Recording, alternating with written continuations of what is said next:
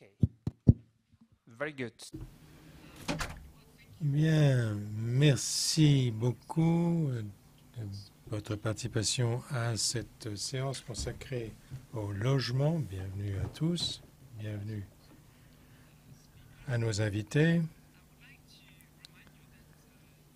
Je voudrais vous signaler que vous pouvez participer à cette discussion grâce à l'application YSambly et aussi sur Twitter.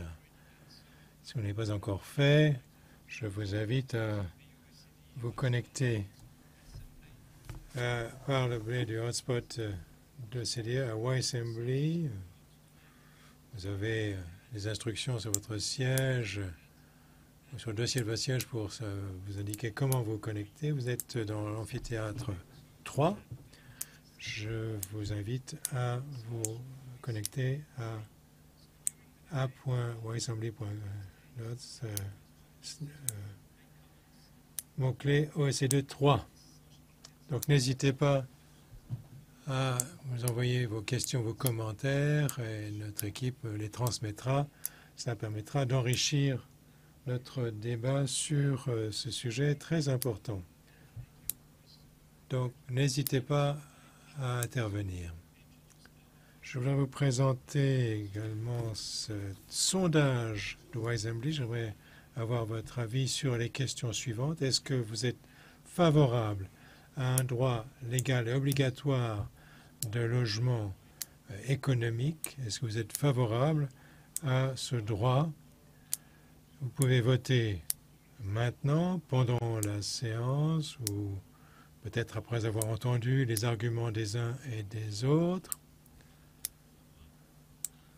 Êtes-vous favorable à ce droit opposable au logement, en quelque sorte? Peut-être que 10 minutes avant la fin de la session, je vous donnerai les résultats. Je demanderai aux intervenants de nous dire quelle est leur réaction. Et ça sera le moyen de clore la discussion sur ce sujet. Je voudrais vous présenter maintenant nos orateurs. Jean-Baptiste Hérault, qui est porte-parole de l'association française Droit au logement. À ma gauche, Björn Hastrup, fondateur de Dane-Age, organisation à but non lucratif du Danemark. Votre mission, je l'ai trouvé sur votre site internet, c'est lutter pour une société dans laquelle la personne est plus importante que l'âge de la personne. C'est très intéressant. Sophie Redélé est à ma droite, développeur de projet senior dans l'organisation Revive en Belgique. Bienvenue à Paris. Elisabeth Rapaport de l'Institut Urban Land, organisation internationale qui est basée à Londres. Bienvenue. Et bienvenue également à Stav Shafir, qui vient d'Israël. Vous êtes la plus jeune députée que Israël ait jamais connue au Parlement israélien. Je vais vous présenter comme une ancienne activiste ou militante. Vous m'avez dit non, je suis toujours militante. Vous êtes à la fois députée et militante. Vous avez participé, d'ailleurs c'est une des raisons pour lesquelles vous avez été invitée certainement, au mouvement social. Souvenez-vous, en 2011, en Israël, il y a eu un mouvement israélien qui a fait la une des journaux. 100 000 jeunes essentiellement sont allés manifester dans la rue en faveur d'un logement, d'une politique plus inclusive. Donc j'aimerais vous poser la première question, Stav. Vous êtes passé de protestataire à une position de décideur, même si vous êtes encore militante. Est-ce que vous avez eu l'occasion de faire avancer vos anciennes revendications lorsque vous êtes entré au Parlement? Et maintenant que vous êtes au Parlement. D'abord, je dirais oui, c'est une réponse brève. pour développer, je dirais qu'il y a 5 ans, lorsque nous avons lancé ce mouvement de protestation, ces manifestations, c'était en fait la montée d'une génération israélienne qui expliquait au public israélien qu'il y avait un problème, un écart de génération dans le domaine du logement. Ce que nos parents pouvaient se permettre d'acheter après leur mariage, ils pouvaient emprunter, acheter un logement à un prix relativement décent. Pour nous, c'est aujourd'hui impossible pour les jeunes Israéliens. Quand on veut acheter une maison, un logement, il faut en moyenne 144 salaires. À Jérusalem, ce serait 196 salaires pour acheter un logement. Imaginez combien de temps ça prend. Ça, ce serait uniquement pour le logement. On n'aurait même plus rien pour acheter à manger. Donc c'est impossible. 2 millions de personnes, c'est-à-dire un quart de la société, payent des loyers. Ces loyers ne sont pas réglementés. Les loyers peuvent augmenter ou baisser. Et avec 10 autres étudiants, nous sommes dit, cette fois-ci, on ne va pas se contenter de manifester, on va vivre dans la rue. On va déménager dans la rue. Au bout d'une semaine, c'était devenu un des mouvements de protestation les plus importants en faveur d'un logement qu'on pouvait se permettre, d'une vie qu'on pouvait se permettre, en fait, en général. Et ce qui était particulier dans l'exemple que nous avons donné grâce à cette protestation, cette manifestation, il s'agissait de créer un exemple. Il y avait des campements où l'on construisait les quartiers de demain. Les gens venaient de familles plus riches, des gens qui étaient sans logement, sans logement fixe, se sont rassemblés pour construire ces quartiers de demain. Ensuite, nous nous sommes dit qu'il fallait, pour obtenir des résultats, entrer dans le système politique. Lorsque j'ai été élu au Parlement, le premier projet de loi que j'ai porté, c'était un projet de réglementation des loyers. Mais j'ai décidé de passer par le public. Je suis allé sur Facebook, j'ai demandé aux Israéliens de me dire quels étaient leurs problèmes de loyer. Et au bout de 24 heures, il y a eu 500 commentaires venant de tout le territoire israélien qui expliquaient tous les problèmes. Ensuite, nous sommes adressés aux propriétaires pour essayer de trouver le moyen d'avoir une réglementation plus équilibrée. Le gouvernement était opposé à cette réglementation des loyers au début. Donc, on s'est à nouveau adressé à la rue. Et il y a eu des milliers de signatures de jeunes qui me disaient « Voilà le genre de loi qu'on aimerait faire voter ». Après 3 ans, on a finalement fait adopter ce projet de loi, enfin c'est la semaine prochaine, mais c'est le résultat d'un processus dans lequel c'est le public qui décide, qui définit ce qu'il veut et qui passe par le système public, parlementaire. Donc la pression du public. Nous avons beaucoup travaillé également avec des experts, notamment de l'OCDE, pour essayer de créer une réglementation de loyer qui corresponde à notre pays. Bref, les gens savent ce qu'ils veulent. Si le gouvernement essayait de régler le problème du logement uniquement en se fondant sur le nombre de logements qu'il faudrait construire, ça ne sera jamais réglé parce qu'on ne peut pas se contenter de construire des logements. On ne peut pas continuer à construire des logements sociaux qui soient éloignés du centre-ville et qui ne soient pas des quartiers mixtes avec différents contexte socio-économique qui empêcherait la mobilité sociale. On ne peut pas continuer de faire toujours la même chose en espérant qu'au bout du compte, ça finit par marcher.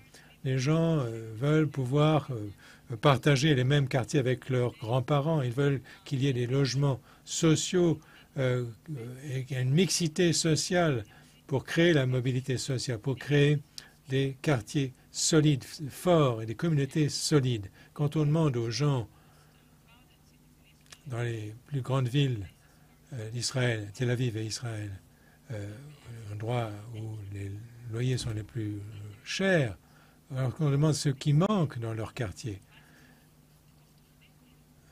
Ils nous répondent qu'il manquait une communauté. Il ne s'agit pas uniquement du coût de la vie, il s'agit de communauté. Donc il faut construire des logements et des quartiers susceptibles de soutenir cette communauté future qui soit plus mixte, plus solide, où il y a un lien plus étroit entre ce que veulent les gens et la manière dont les gouvernements et les municipalités fonctionnent.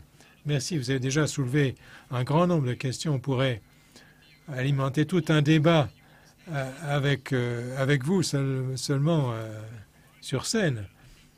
Mais nos différents orateurs viennent d'horizons très différents. Chacun a sa propre histoire. Une autre histoire que j'aimerais entendre, c'est celle d'Elisabeth. Ce n'est pas votre histoire personnelle que je veux entendre, mais vous nous avez dit tout à l'heure que vous aviez préparé une présentation. Mais après ce qui s'est passé à Londres, cet attentat terroriste, vous avez changé de point de vue. Donc, allez-y. Oui, merci. Je parle en fait la même chose que Stav. Je parle de communauté, mais sous un angle différent peut-être. Ça fait 15 ans que j'habite à Londres. Ces derniers mois ont été très difficiles à Londres. Et ça m'a amené à réfléchir aux conséquences du terrorisme sur mon travail en tant qu'urbaniste. Et quand on habite dans un endroit très volatile, très fluctuant, on sait quel peut être l'impact du terrorisme. Ça peut avoir des conséquences sur le trottoir que vous choisissez pour rentrer chez vous. Mais c'est important également de commencer à réfléchir aux conséquences sur l'urbanisme et sur le logement économique dans les pays de l'OCDE. Et un ancien patron, au début, je travaillais à New York, et le commissaire du logement a dit quelque chose qui m'a frappé. Elle m'a dit, quand on définit les politiques de logement, il faut savoir où habite le livreur qui vous livre votre repas chinois. Et ça m'a amené à réfléchir parce que souvent, quand on parle de politique d'urbanisme, on parle de questions extrêmement compliquées, très techniques. Or, il s'agit en fait d'un besoin humain fondamental, le besoin d'un toit, d'avoir un toit. Mais il y a aussi un besoin humain fondamental, c'est celui des connexions, des liaisons entre les communautés, à travers les groupes d'âge. Donc, quand on parle de logement, il ne s'agit pas uniquement de l'endroit où on habite, mais également, il faut avoir à l'esprit l'endroit, la communauté, le quartier où on habite et ses habitants. Donc, je pense qu'il faut se demander où habite celui qui consulte les sites terroristes sur Internet. Avec qui est-ce qu'il interagit quotidiennement? Qu'est-ce que l'on peut faire pour avoir une influence là-dessus? Dans notre institut, on réfléchit à toutes ces questions et en fait, il faut savoir comment créer des endroits, des communautés qui encouragent des connexions positives, des rapports sociaux positifs. Dans nos recherches, on a parlé des caractéristiques qu'on appelle la bonne densité, c'est-à-dire un développement urbain qui soit dense, mais qui soit également connecté, divers, inclusif, solidaire. Et il peut y avoir des avantages potentiels très positifs de tout cela. Et moi, ce qui me vient à l'esprit,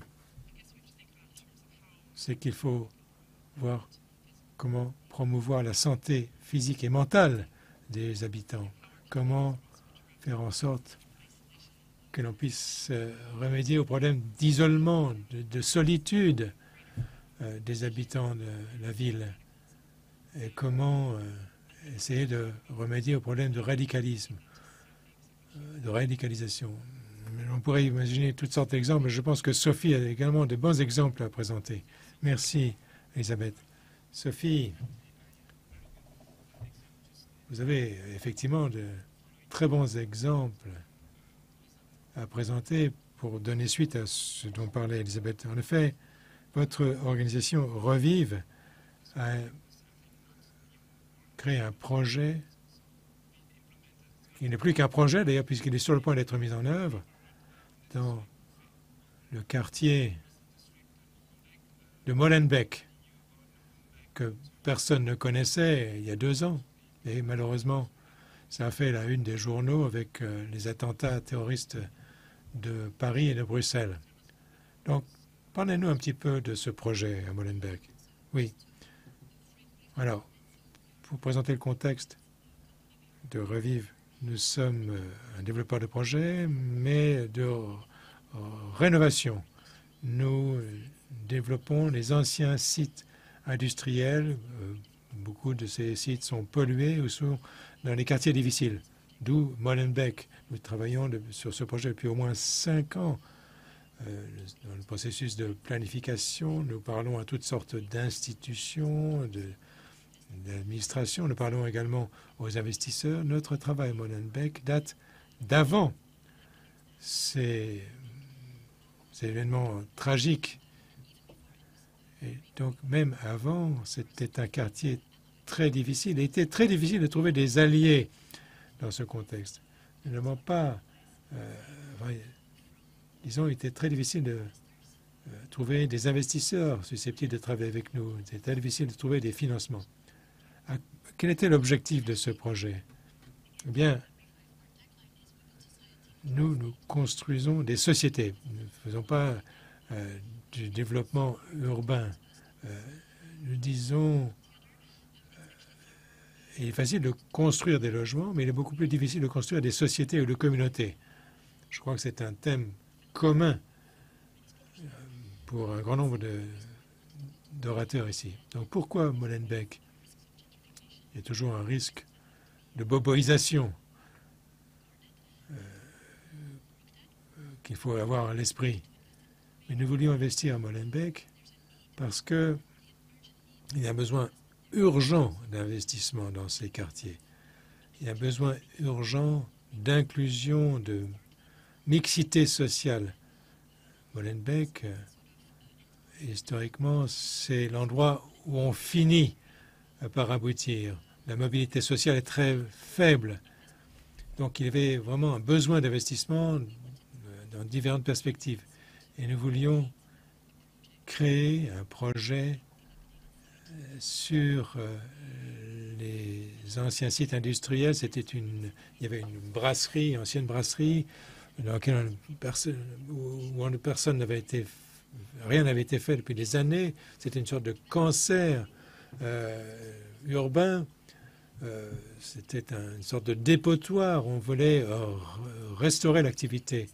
On voulait également des fonctions mixtes. Nous voulions ajouter, bien sûr, du logement, mais également des crèches, des écoles pour les enfants de 2 ans et demi à 12 ans. Nous ne voulions pas avoir uniquement des logements sociaux, mais toutes sortes également. Nous voulons maintenant mélanger à la fois le logement social, mais également le logement privé.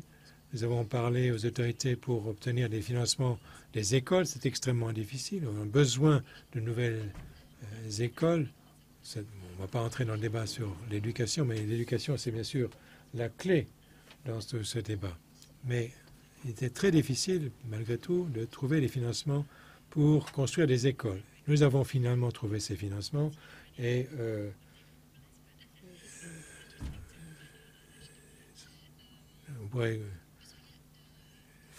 on va construire une école. Donc le projet a commencé et nous avons profité de la visite de Trump à Bruxelles pour attirer l'attention de la presse. Trump a dit que Bruxelles, Molenbeek, c'était un enfer. Et nous disons non, c'est une occasion, c'est une chance à saisir.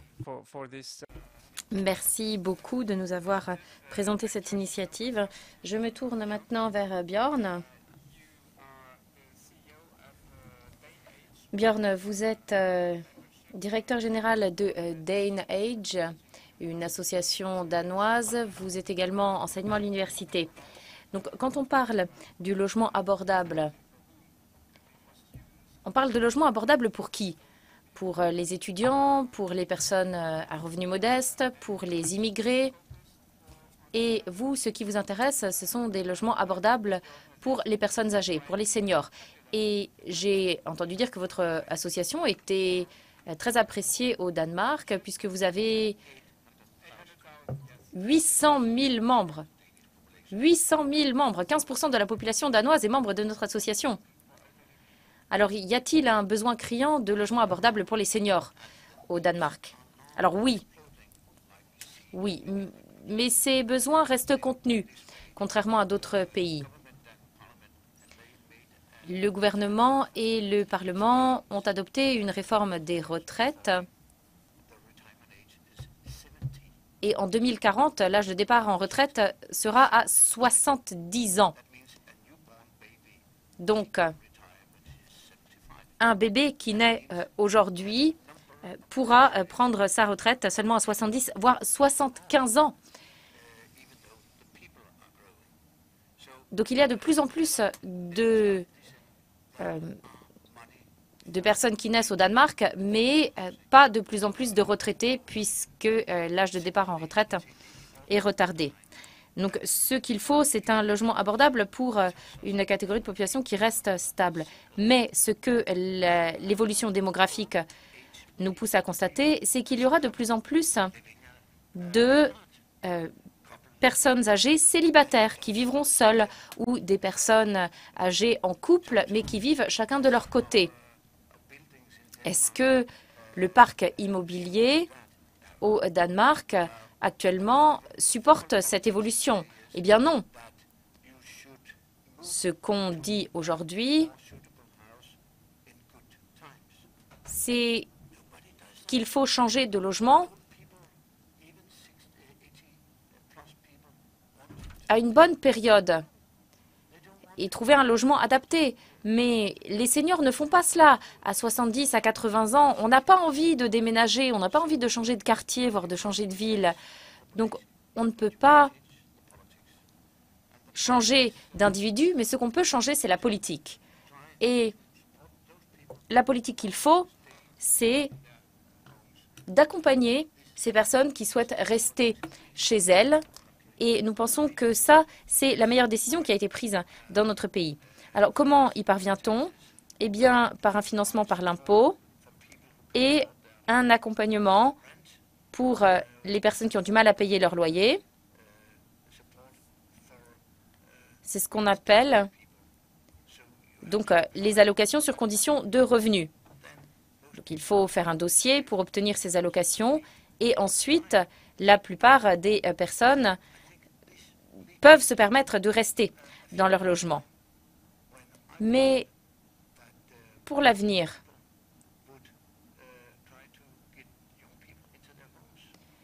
pourquoi ne peut-on pas envisager que les personnes âgées ouvriraient les portes de leur logement à des plus jeunes ou alors à des colocations entre seniors?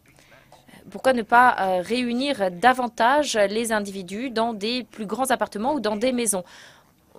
C'est un tout petit phénomène actuellement, mais ça peut prendre de l'ampleur. Et puis, pour les futures générations, vous avez posé une question sur les générations futures. Les jeunes qui ont extrêmement de mal à accéder à la propriété, à trouver leur place sur le marché immobilier. Oui, pardon, je vous interromps parce que ça, c'est une question qui a été posée par le public. Je vais vous la lire. En Italie, en Espagne et en Grèce, les jeunes font face au même problème de difficulté de logement. Quelle est l'erreur, quel est le mensonge qui produit ce type de situation? Eh bien, justement, c'est à ça que je vais m'intéresser. Ce que nous constatons, c'est qu'il existe des fonds de pension de marché. Des fonds de pension qui sont ouverts à tout le monde qui veut capitaliser. Ces fonds ont de plus en plus d'argent. Et maintenant, les travailleurs ils capitalisent dans ces fonds de pension et ils peuvent rester à attendre que leurs contributions prennent de la valeur. Mais ils peuvent aussi investir. Donc, il faudrait débloquer l'accès à cet argent des fonds de pension pour permettre l'accession à la propriété, puisque c'est bien moins coûteux d'être propriétaire que d'être locataire. Et les fonds de pension devraient se rendre compte que l'argent qu'ils ont, ce n'est pas leur argent, ce n'est pas l'argent qui leur appartient ou qui appartient à l'État, c'est l'argent des gens. Donc, il faut permettre à ces affiliés au fonds de pension, y compris à des jeunes, de sortir leur argent du fonds de pension, de s'enfuir avec et d'investir pour acheter leur appartement, leur maison.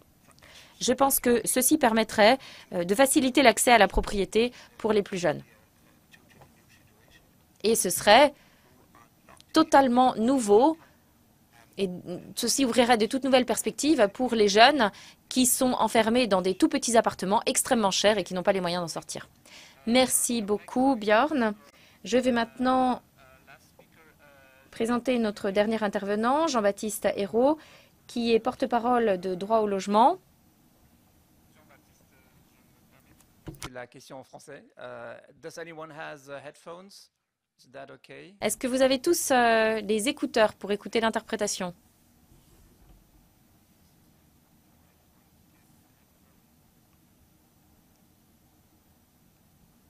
Merci de prendre les écouteurs si vous avez besoin d'interprétation.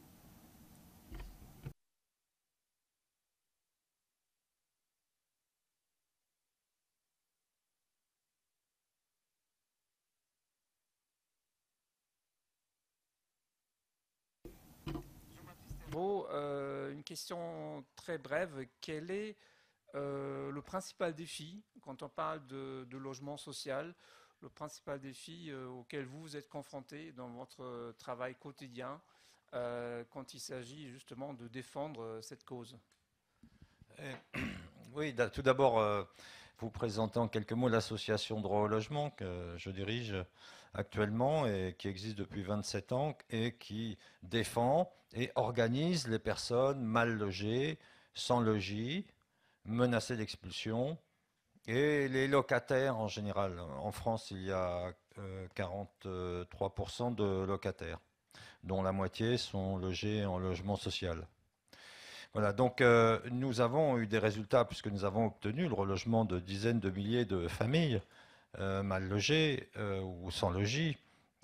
Également, on a fait progresser des lois. En France, on a une législation qui oblige, par exemple, les municipalités à réaliser 25% de logements sociaux sur leur territoire, particulièrement les communes riches. On a également le droit au logement opposable, qui permet à une personne mal logée de faire valoir son droit devant un juge, ou un droit à l'hébergement aussi pour les personnes qui sont sans logis. Et d'autres mesures comme ça, parce que c'est un travail permanent et continu auprès du législateur, des ministres du logement, des acteurs du logement, des bailleurs, des organismes de logement social, pour faire avancer la situation de ceux qui sont privés de logement, qui est pour nous un droit fondamental dans nos sociétés. Être sans logement ou très mal logé, ça signifie vivre à côté de la société, vivre différemment, être marginalisé. Donc voilà, ça c'est un point. Mais nous sommes confrontés à une crise du logement. Néanmoins, malgré ces avancées juridiques, il y a une crise du logement. Et cette crise du logement est liée à la cherté du logement. Les loyers ont flambé depuis 17 ans. Les prix de l'immobilier, du foncier, la spéculation immobilière touchent l'ensemble des grandes agglomérations. Et les politiques publiques ont encouragé cette montée, cette flambée des prix. Donc, ça, c'est le contexte général. Et nous militons pour que les loyers soient encadrés ou baissés, qui sera un facteur, évidemment, de régulation aussi du marché immobilier et du marché foncier. On note aussi que l'État, les collectivités publiques privatisent le foncier, privatisent notre bien commun, et le vend à des promoteurs, des milieux d'immobilier qui font de l'argent avec. Donc on a ce problème aussi parce qu'on voit dépérir et se réduire les capacités de construction pour l'avenir, pour nos enfants, nos petits-enfants. Et donc c'est très important que la collectivité publique conserve une partie du parc, du foncier, du terrain, de la terre. Hein. Voilà, ça c'est le contexte un peu général. Alors nous, évidemment, on pense que il faut aujourd'hui développer, c'est-à-dire que ces droits qu'on a obtenus sont bloqués par le fait que d'une part, il n'y a pas suffisamment de logements sociaux et que d'autre part, le logement privé est inaccessible. Et donc évidemment, c'est toutes ces questions qui ont été posées par les intervenants précédents prennent une réalité. C'est-à-dire que d'une part, oui, les jeunes ont du mal à se loger. Et partout, dans le monde entier, là où les prix montent. Oui, les personnes âgées, fragiles, aux petits revenus, ont du mal à se maintenir dans leur logement parce que leurs retraites sont en baisse. Oui, les classes populaires n'arrivent pas à se loger convenablement parce que les loyers est trop cher. Et tout ça nourrit les inégalités. Et les inégalités parce que la rente se porte bien. Les inégalités de patrimoine se sont renforcées. Les ménages modestes sont de moins en moins propriétaires de leur logement et sont jetés parfois tout simplement dans la rue. Donc quand les jeunes arrivent sur le marché du logement, ils n'ont plus les moyens de se loger, de payer, d'accéder à la propriété ou même de se loger dans le parc locatif. Voilà. Donc nous, d'ailleurs je tiens en passant à dire que nous sommes hostiles, nous aussi au système de location touristique privée qui est défendu par Airbnb, d'ailleurs qui finance aujourd'hui, qui finance ces journées ou qui participe à ces journées, parce que ça fait monter, pardon, excusez-moi, dans les zones tendues, Airbnb fait monter les prix des loyers et raréfie les logements locatifs privés pour louer à des personnes toute l'année. Et donc, vous voyez, il y a comme ça un tas de dispositifs qui existent et qui encouragent de gagner de l'argent sur le dos d'autrui, au fond. Et ça, c'est très préoccupant. Alors maintenant, la question communautaire, du communautarisme un peu, qui est un peu sous-jacent et qui a été soulevé par trois intervenants. Et donc, cette question du communautarisme, oui, la communauté humaine, bien sûr. La communauté humaine, il faut des quartiers où les gens vivent bien ensemble et puissent se parler, se connaître et construire des liens sociaux, des relations sociales. Après, est-ce que l'urbanisme, les politiques d'urbanisme vont régler la question du terrorisme? Je ne pense pas. Sincèrement, je ne pense pas. Je crois que c'est pas de ce que... D'ailleurs, les urbanistes ont essayé, des utopistes, etc., ont essayé de promouvoir des villes idéales. Bon, il y a des choses intéressantes qui en sont sorties, mais ça n'a pas donné les résultats escomptés. Donc, je ne pense pas qu'on réglera cette question sur les questions d'urbanisme. Par contre, je pense qu'il faut faire attention quand on agit dans un quartier populaire, faire attention à ménager les gens. Ménager les populations. Les politiques d'urbanisme aujourd'hui, celles que nous connaissons en tout cas en France, sont assez brutales. Elles sont brutales parce qu'elles amènent à éclater complètement le tissu relationnel, les solidarités qui existent entre les gens et les dispersent dans d'autres endroits où ils vont arriver sans connaître personne et vont rencontrer forcément des difficultés. Parce que quand on est riche, on n'a pas besoin de connaître ses voisins. Bon, on a des domestiques, on se démerde. Mais quand on est pauvre, on a besoin de la solidarité avec les voisins. Vous voyez, c'est des choses simples comme ça, mais qui sont fondamentales. Voilà, je pense que j'en ai déjà trop parlé, j'ai dépassé mon temps de parole. Non, vous ne l'avez pas dépassé. Alors j'aimerais juste profiter parce que voilà, le temps passe effectivement et tout ce que vous dites est très passionnant. Enfin, vous êtes tous passionnés, c'est passionnant. Donc du coup, on a envie de vous écouter. Je pense que je ne suis pas le seul à avoir cette impression.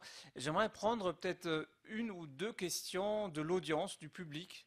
Parce que je pense que vous avez entendu maintenant tout un panel d'idées. You just heard a lot of different ideas, backgrounds.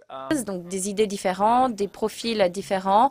Mais je voulais savoir s'il y avait des commentaires ou des questions maintenant dans la salle.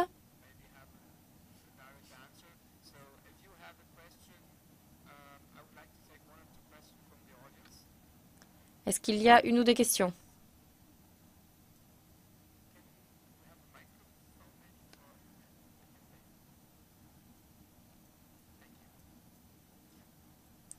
Merci, bonjour. Une question pour vous. Pardon, j'ai oublié votre nom. Sophie. Vous avez parlé de la revitalisation des quartiers. Mais parfois, lorsqu'on va redynamiser un quartier, le risque, c'est qu'on se retrouve avec des quartiers qui, avant étaient des quartiers populaires, deviennent des quartiers chics. Et ils deviennent donc plus chers.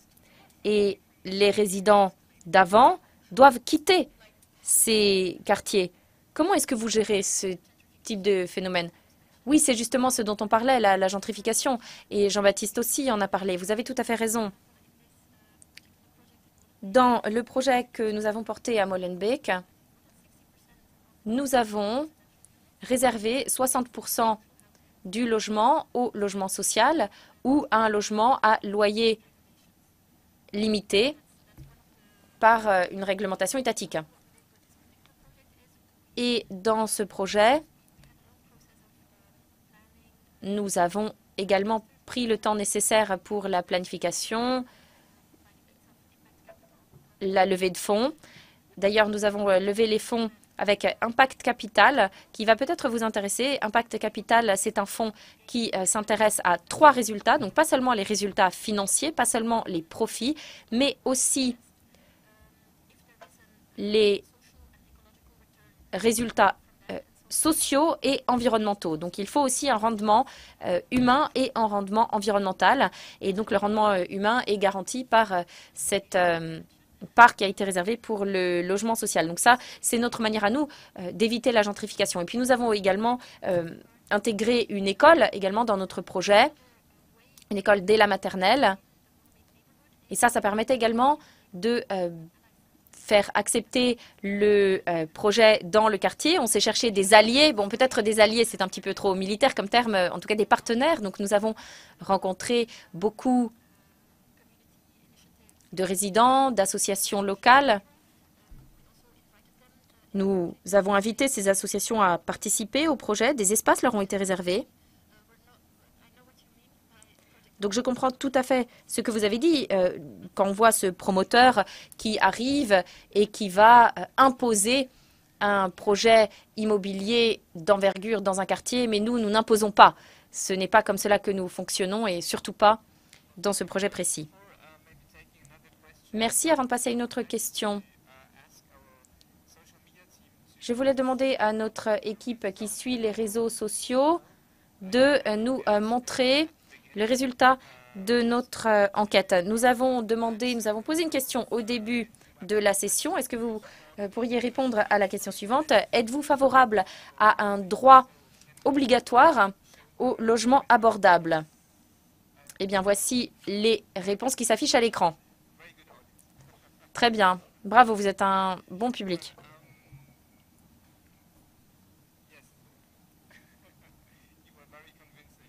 Bon, c'est vous, Jean-Baptiste, qui avez été particulièrement convaincant. Est-ce qu'il y a une autre question dans la salle?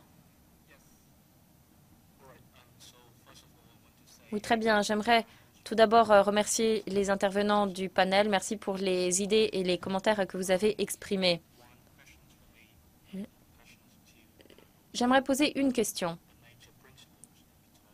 Les principes fondamentaux dont nous avons parlé aujourd'hui, c'est plutôt que de bâtir des logements, nous avons besoin de bâtir un sentiment de communauté. Nous avons besoin de bâtir une société plus solidaire, plus inclusive. Dans 5 ans, dans 10 ans, si nous nous retrouvons au même endroit et si nous avions des conseils à formuler pour les décideurs politiques, quels seraient les conseils que vous formuleriez? Elisabeth, est-ce que vous voulez répondre? Vous avez déjà travaillé comme chercheur et comme conseillère dans une agence publique. Ce que je dirais, c'est qu'il ne faut pas avoir peur de prendre des risques et d'être innovant. Je pense que dans la politique publique, il ne faut pas hésiter à faire des expériences, des expérimentations. La planification, le logement, c'est extrêmement lent, c'est très bureaucratique. Il faut parfois passer par une centaine d'étapes pour arriver à la moindre décision. Donc c'est un contexte extrêmement difficile. Mais bon, je ne dis pas qu'il faut contourner les étapes qui existent, parce que ces étapes et ces règles visent à protéger le logement abordable et le logement social. Mais il faut aussi être capable de réagir rapidement, d'être réactif, parce qu'il y a une vraie crise du logement social. Ce que nous avons fait à notre institut, c'est conduire une étude sur l'impact de la dernière vague migratoire sur le logement dans les villes. Et c'est vrai que les villes doivent être très réactives. Lorsqu'il y avait déjà des pénuries de logements abordables dans les villes, comment accueillir toutes ces personnes qui arrivent récemment? Bon, il y a des très bons exemples comme Stadtland Neuhaven, un quartier d'Amsterdam, où on a créé des unités de logement avec des jeunes néerlandais qui vivent dans des logements mixtes avec des réfugiés. Et la gestion est laissée aux résidents eux-mêmes pour ces unités de logement. Et l'idée, c'est de rassembler, de réunir des personnes qui, autrement, n'auraient rien à partager, enfin, pensent qu'elles n'auraient rien à partager. Eh bien, ce type d'initiative, c'est fondamental. Et je pense que ce type d'expérience sociale, c'est très intéressant. Et parfois, lorsque nous sommes en situation de crise, il faut qu'on soit plus novateur et qu'on cherche des solutions nouvelles. Et je pense que c'est ça qui nous attend à l'avenir. Björn? Oui, je ne pense pas qu'il faille s'attendre à ce que l'État propose des logements gratuits. Ce serait trop difficile dans beaucoup de pays. Mais ce que nous devons faire, c'est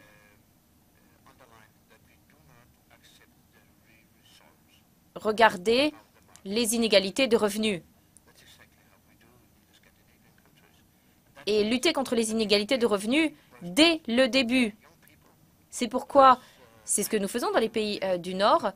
Nous avons des systèmes de remboursement des loyers pour les jeunes, pour qu'ils puissent avoir accès à la propriété, pour qu'ils puissent avoir accès au logement. Et nous avons également un système d'allocation pour les personnes âgées, pour qu'elles puissent rester dans leur logement.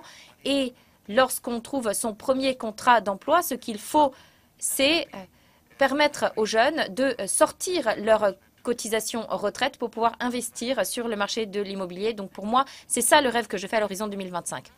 Oui, en ce qui me concerne, je pense que ce qui est le plus important, c'est de ne pas considérer qu'il s'agit d'une crise du logement. C'est une crise, c'est vrai, mais c'est aussi une chance pour laquelle nous pouvons trouver des nouvelles solutions. Les politiques que nous voyons dans les pays du monde et dans mon pays également sont des politiques qui approchent la question de la crise du logement de façon très peu stratégique. Ce qu'il faut faire, c'est mettre en œuvre des nouvelles politiques bien plus souples, parce qu'aujourd'hui, la population y est prête. Et un des exemples les plus formidables que j'ai vus, c'est le budget participatif. Ça existe dans les quartiers pauvres et dans les quartiers riches.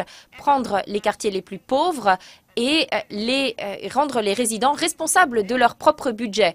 Ils peuvent faire ce qu'ils veulent, construire des nouveaux logements, construire un conservatoire de musique, utiliser ce budget pour faire ce qu'ils veulent.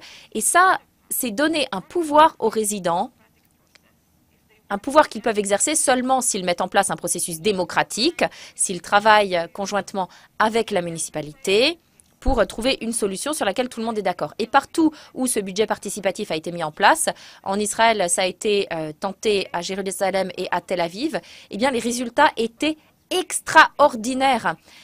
On avait des idées formidables qui ont été avancées et ensuite les résidents eux-mêmes ont pris part à la mise en place des projets.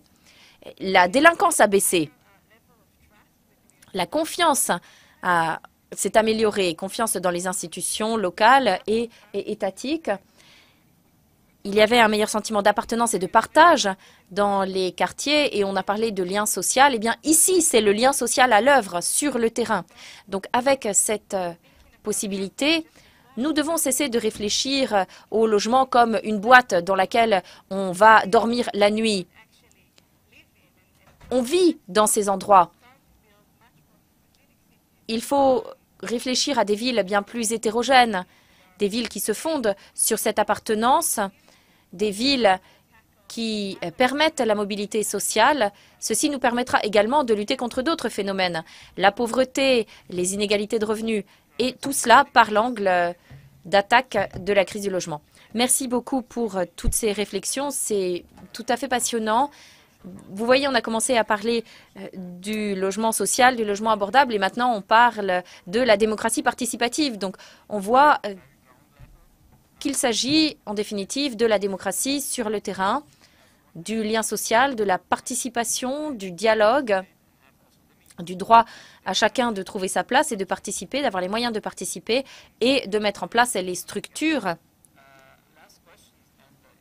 pour permettre le fonctionnement de ces systèmes. Dernière question, et c'est à vous que revient la tâche de conclure cette session. Bon, je sais que c'est une mission assez lourde que je vous confie. Est-ce que vous pensez que ce type de mouvement à la base, où on a une autodétermination, une auto-organisation, Stav en parlait, est-ce que vous pensez que c'est un bon exemple pour la France? Est-ce que vous avez des exemples de villes ou de quartiers où ça existe déjà?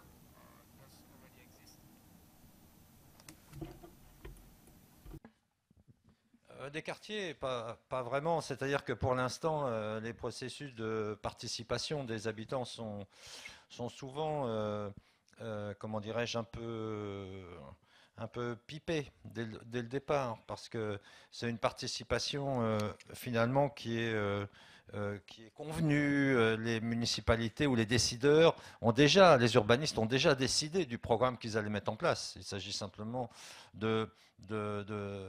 oui, d'une concertation factice pour convaincre les gens d'accepter le projet. C'était déjà décidé. Voilà.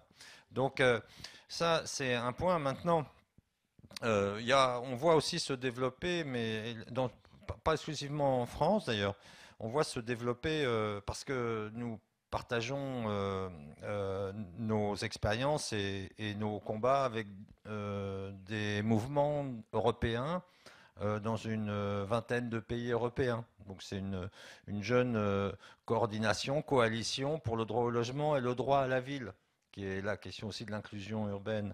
Bon, et donc, oui, il y a des formes de coopératives de production qui commencent à nouveau à se développer, qui partent de l'initiative de plusieurs personnes et qui vont, avec un architecte ou des techniciens, qui vont élaborer, construire un immeuble et puis élaborer aussi l'organisation dans l'immeuble, etc. Donc ça, c'est intéressant.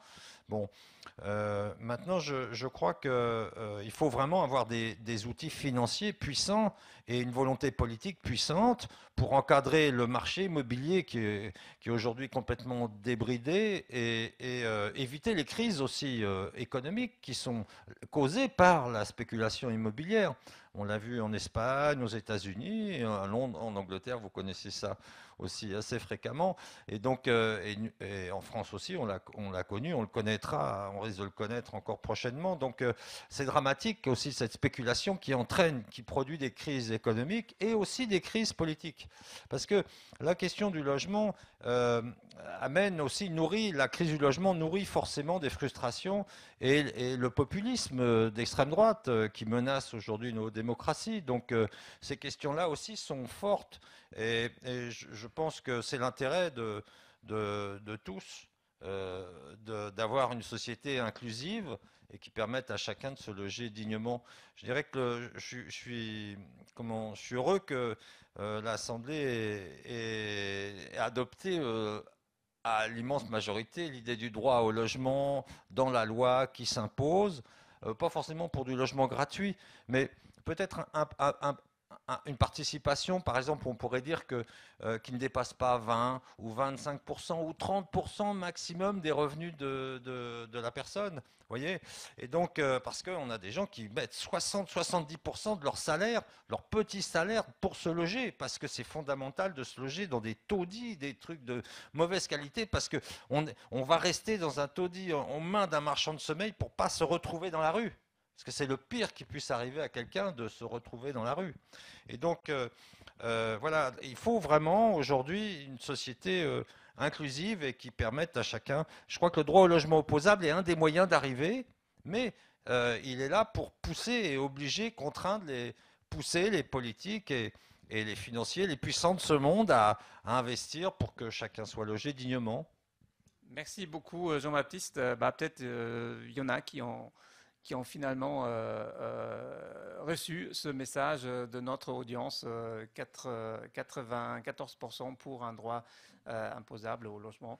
Merci beaucoup. Thank you very much for your... Merci beaucoup pour votre participation et je remercie tous les orateurs. Je remercie Stav, Björn, Sophie, Elisabeth.